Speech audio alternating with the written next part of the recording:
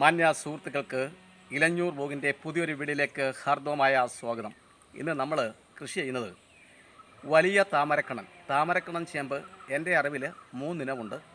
അതായത് നീല നിറമുള്ള താമരക്കണ്ണൻ, അതായത് നീല നിറമുള്ള ഇലയും തണ്ടും, അത് കഴിഞ്ഞ് പച്ച നിറമുള്ള ഇലയും തണ്ടുള്ളത്. അപ്പം പച്ച നിറമുള്ള ഇലയും തണ്ടും ഉള്ളതിന് 2 ഇനമുണ്ട്. വലിയ താമരക്കണ്ണൻ, ചിലയിടത്തൊക്കെ ഇതിന് കൊട്ടച്ചേമ്പെന്നൊക്കെ പറയുന്നുണ്ട്. വലിയ താമരക്കണ്ണൻ അതായത് സാധാരണ നമ്മുടെ ശീമച്ചേമ്പിൻ്റെ അത്രയും തന്നെ വലിപ്പമുള്ള ഇലകളും അതേപോലെ വലിപ്പമുള്ള വിത്തുകളുമായിരിക്കും ഇതുണ്ടാകുന്നത്. അപ്പോൾ ഇതിൻ്റെ ഏറ്റവും വലിയ ഒരു സവിശേഷത എന്ന് വെച്ചാൽ ഇത് കടയാണ്. വിത്തുണ്ടായി ഞാൻ എടുത്തതിന് ശേഷമുള്ള കടയാണ്. ഈ കട ഭക്ഷ്യയോഗ്യമാണ്, വളരെ സ്വാദിഷ്ടമാണ്, നാർ ഏറ്റവും കൂടുതൽ അടങ്ങിയിട്ടുള്ളതാണ്. അപ്പോൾ അതുകൊണ്ട് തന്നെ ഇതിന് വലിയ പരിചരണമൊന്നുമില്ലാതെ തന്നെ എവിടെ നട്ടാലും ഒരു കൊട്ട ചേമ്പ് കിട്ടും. മിനിമം 10 കിലോ കൂടുതല കുറയത്തില്ല. ചെറിയൊരു പരിചരണം ഉണ്ടെങ്കിൽ അതിൽ കൂടുതൽ കിട്ടും. അപ്പോൾ ഇത് ചേമ്പിൻ്റെ കടയാണ്. ഞാൻ വിത്തൊക്കെ പറിച്ചെടുത്ത് ഉപയോഗിച്ചതിന് ശേഷമുള്ള കടയാണ് നടാൻ വേണ്ടി വെച്ചിരിക്കുകയാണ്. അപ്പം ഈ മറ്റേ നമ്മുടെ ശീമച്ചേമ്പ് ചെയ്യുന്നതിൻ്റെ കൂടെ തന്നെ ഇതിൻ്റെ കട മുറിച്ച് നമുക്ക് കഷ്ണങ്ങളാക്കി നടാം. കാരണം ഇത് ഇവിടെ നോക്കിക്കഴിഞ്ഞാൽ ഇവിടെ ഒരുപാട് മുകുളങ്ങളുണ്ട്. ഈ മുകുളങ്ങൾ കണക്കാക്കി നമുക്ക് മുറിച്ചെടുക്കാം. അതുപോലെ ഇത് കിളിച്ച് വരാനുള്ളതാണ്, ഇത് കിളിച്ച് വരാനുള്ളതാണ്. അങ്ങനെ ഇവിടെ എല്ലാം കിളിച്ച് വരാനുള്ള മുകുളങ്ങളൊക്കെ ഉണ്ട്. അത് കണക്കാക്കിയാണ് നമ്മൾ മുറിച്ചെടുക്കുന്നത്. ഇതിപ്പോൾ എനിക്ക് ഒരു 4 മൂടിനുണ്ട്. ഞാൻ ആദ്യത്തെ ഒരു മൂട് നടന്നതാണ് നമ്മുടെ കൂട്ടുകാരുമായിട്ട് പങ്കുവെക്കുന്നത്. അപ്പോൾ നമുക്ക് ഇവിടെ വെച്ച് ഇവിടെ എല്ലാം കിളിച്ച് വരാനുള്ള സംഗതി ഇവിടെ എല്ലാം ഉണ്ട്. അതുകൊണ്ട് നമുക്ക് ഇവിടെ വെച്ച് ഇത് നമുക്ക് മുറിച്ചെടുക്കാം.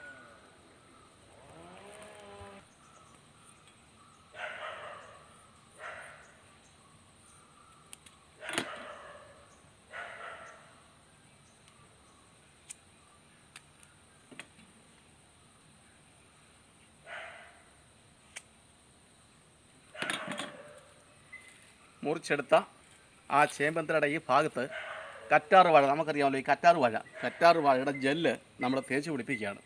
കറ്റാറ് വാഴയുടെ ജെല്ല് തേച്ച് പിടിപ്പിക്കുന്നത് എന്താണെന്ന് വെച്ചാൽ ഈ മാംസളമായ ഭാഗം നമ്മൾ നടുന്നുടനെ കീടങ്ങളൊന്നും കയറി കഴിക്കാതിരിക്കുന്നതിനും പെട്ടെന്ന് വേരൊക്കെ ഉണ്ടായി കിളിക്കുന്നതിനും വേണ്ടിയാണ് കറ്റാറ് വാഴ ജെല്ല് തേച്ച് പിടിപ്പിക്കുന്നത്.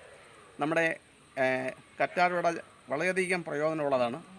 പ്രത്യേകിച്ച് ഇത് റൂട്ടിംഗ് ഹോർമോണാണ്, അതായത് വേര് പിടിക്കാൻ, ഏത് സസ്യത്തിനും വേര് പിടിക്കാൻ ഉത്തമമാണ്. അപ്പോൾ നമ്മൾ ഇത്രയും ചെയ്തു.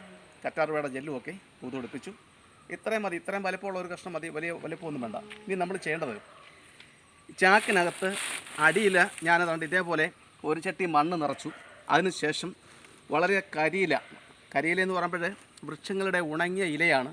അത് ഏത് വൃക്ഷത്തിൻ്റെ ആയാലും മതി. ആ ഉണങ്ങിയ ഇല ഭംഗിയായിട്ട് ഇതിനകത്ത് അമക്കി കൊള്ളിച്ച് കാരണം കരിയില ഇത് ഒരു മാസമൊക്കെ കഴിയുന്നുണ്ടെങ്കിൽ നമ്മൾ ഒഴിച്ചു കൊടുക്കുന്ന വെള്ളവും ഈ മണ്ണും എല്ലാം കൂടെ പ്രവർത്തിച്ച് ഇത് നല്ലൊരു ജൈവവളമായി മാറും. എന്ന് മാത്രമല്ല നല്ല രീതിയിൽ ഈ ചേമ്പിന് വേരോട്ടം ഉണ്ടാവുകയും ഇതിൽ നിന്ന് ഉണ്ടാകുന്ന വിത്തുകൾക്ക് നല്ല രീതിയിൽ വളരാനുള്ള ഒരു ഒരു അവസരം ഇതിനകത്തുണ്ടാകും. കാരണം ഞെരുക്കം അനുഭവപ്പെടത്തില്ല. കൂടുതൽ കരിയിലയാണ്, കുറച്ച് മണ്ണാണ് നമ്മൾ ചേർക്കുന്നത്. അതുകൊണ്ട് ഞെരുക്കം അനുഭവപ്പെടത്തില്ല. അതുകൊണ്ട് തന്നെ ഇത് നല്ല വിളവ് ലഭിക്കുന്ന ഒരു കൃഷിരീതിയാണ്. അപ്പോൾ ഇതിനകത്ത് ഇനി കുറച്ച് മണ്ണ് നമുക്കിട്ട് കൊടുക്കണം. കുറച്ച് മണ്ണ് ഇട്ട് കൊടുത്താൽ മതി.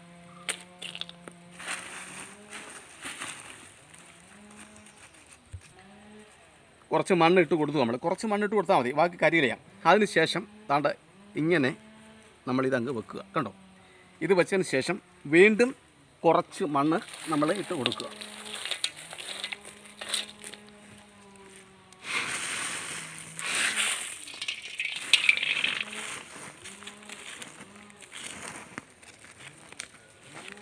ഇവിടെ നമ്മൾ ശ്രദ്ധിക്കേണ്ട ഒരു കാര്യം, അപ്പോൾ ഇതുവരെ വളമൊന്നും ഇട്ട് കൊടുത്തിട്ടില്ല. എന്താണെന്ന് ചോദിച്ചാൽ ചേമ്പിൻ്റെ വേര്, ചേമ്പ്, ചേന, കാച്ചിൽ എന്നിവയുടെയൊക്കെ വേരുകൾ ഇതിൻ്റെ ഉപരിതലത്തു നിന്നാണ് വളം വലിച്ചെടുക്കുന്നത്. അതിൻ്റെ വേരുകൾ താപ്പോട്ട് പോകത്തില്ല. പിന്നെ മറ്റൊരു കാര്യം, ചാക്കിനകത്തായതുകൊണ്ട് ഇത് ഈ കരിയില ലയിക്കും തോറും താപ്പോട്ട് പോകുമ്പോൾ വേര് പടലം താപ്പോട്ട് പോയാൽ നമ്മൾ മുകളിൽ ഇട്ട് കൊടുക്കുന്ന വെള്ളവും എല്ലാം അവിടെ താപ്പോട്ടിറങ്ങി ചെല്ലും, അങ്ങനെ വലിച്ചെടുക്കാം.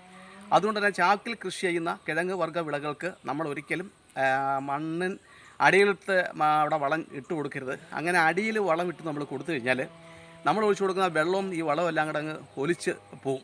കാരണം അതൊരു സംഗതിയാണ്, അത് മനസ്സിലാക്കണം. പിന്നെ മറ്റൊന്ന്, പലരും ചോദിച്ച ഒരു സംശയമുണ്ട്, ചാക്കിന് ഹോൾ ഇടണ്ടായെന്ന്. ഒരിക്കലും അരിച്ചാക്കിന് നമ്മൾ ഹോൾ ഇടേണ്ട കാര്യമില്ല. കാരണം അതിനകത്ത് വെള്ളം ഒഴിച്ചു കൊടുത്താൽ ഒഴുകിപ്പോവും. എന്നാൽ സിമൻറ്റ് ചാക്കിനകത്താണ് നമ്മൾ നടുന്നതെങ്കിൽ സിമൻറ്റ് ചാക്കിന് ഹോൾ ഇട്ട് കൊടുക്കണം. കാരണം അതിൻ്റെ നിർമ്മാണം ആ രീതിയിലാണ്. ഇത് ഒരിക്കലും ഹോൾ ഇട്ട് കൊടുക്കേണ്ട കാര്യമില്ല. ഇനി നമ്മൾ ഇട്ട് കൊടുക്കാൻ പോകുന്ന നോക്കിയിട്ട് ഇത് എല്ലുപൊടിയാണ്. കുറച്ച് എല്ലുപൊടി ഇട്ട് കൊടുത്താൽ മതി. ഒരിക്കലും ഒരു വളങ്ങളും നമ്മൾ കൂടിപ്പോകാതിരിക്കാൻ പ്രത്യേകമായിട്ട് ശ്രദ്ധിക്കണം. ഇത് വേപ്പിൻ പിണ്ണാക്ക് എല്ലാ കൃഷിക്കും ഞാൻ ഇട്ട് കൊടുക്കും. കാരണം നമ്മൾ ഇട്ട് കൊടുക്കുന്ന മണ്ണിനകത്ത് എന്തെങ്കിലും വിരകളോ മറ്റു കാര്യങ്ങളോ ഒക്കെ ഉണ്ടെങ്കിൽ ഈ വേപ്പിൻ പിണ്ണാക്കിൻ്റെ പ്രവർത്തന ഫലമായിട്ട് അതങ്ങ് പോകും. പിന്നീട് ചാരമാണ്. ചാരം കിഴങ്ങ് വർഗ്ഗ വിളകളുടെ രുചി കൂട്ടാനും അതുപോലെ തന്നെ വലിപ്പം കിഴങ്ങുകൾക്ക് വലിയ വലിപ്പം ഉണ്ടാകാനുമാണ് നമ്മൾ ചാരം ചേർക്കുന്നത്. ഇത്രയും വളം ഇട്ടതിന് ശേഷം കുറച്ച് മണ്ണൂടെ, ഒരല്പം മണ്ണൂടെ നമ്മൾ ഇട്ട് കൊടുക്കണം. കാരണം ഈ വളം ലയിക്കാനും ഒക്കെയാണ് കുറച്ച് മണ്ണ് നമ്മൾ ഇട്ട് കൊടുക്കുന്നത്. മണ്ണില്ലാത്ത കൃഷികളൊക്കെ ഉണ്ട്, പക്ഷേ മണ്ണ് ഇട്ടാണ് നമ്മളിപ്പോൾ കൃഷി ചെയ്യുന്നത്.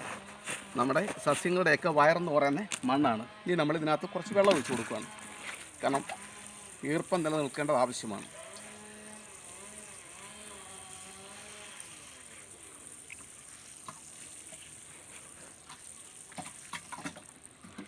ഇനി ഇതിന് ശേഷം കുറച്ച് കരിയിലയും കൂടെ ഇതിൻ്റെ മുകളിൽ ഇട്ട് കൊടുക്കുക. ഇത്രയും മതി. കരിയില ഇട്ട് കൊടുത്തു. അതിനുശേഷം അല്പം വെള്ളം കൂടെ നമ്മൾ ഒഴിച്ചു കൊടുത്തു.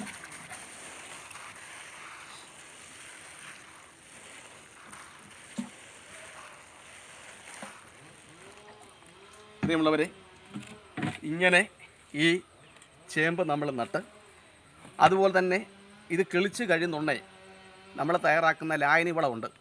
ആ ലായനി വളമൊക്കെ ആഴ്ചതോറും ഒഴിച്ചു കൊടുത്താൽ, ഇതിപ്പോൾ കുംഭമാസമാണ്. കുംഭം, മീനം, മേട, ഇടവം, മിഥുനം, കർക്കിടകം, ചിങ്ങം 7 മാസമുണ്ട്. ചിങ്ങമാസത്തിൽ ഓണത്തിന് മുമ്പായിട്ട് ഉറപ്പായിട്ട് ഇത് നല്ല ഭംഗിയായിട്ട് വിളയും.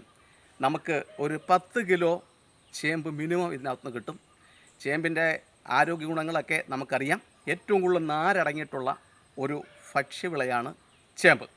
അതുപോലെ തന്നെ നമ്മുടെ ആരോഗ്യം സംരക്ഷിക്കാൻ വളരെയധികം കഴിവുള്ളതാണ് ഈ ചേമ്പെന്ന് പറഞ്ഞത്. ഉപ്പേരിയായിട്ടും മെഴുക്കുവരട്ടിയായിട്ടും അതുപോലെ തന്നെ അവിയലിലും ഒക്കെ നമുക്ക് ഉപയോഗിക്കാൻ പറ്റുന്ന ഒരു ചേമ്പിനമാണ് ഈ വലിയ താമരക്കണ്ണൻ ചേമ്പ്.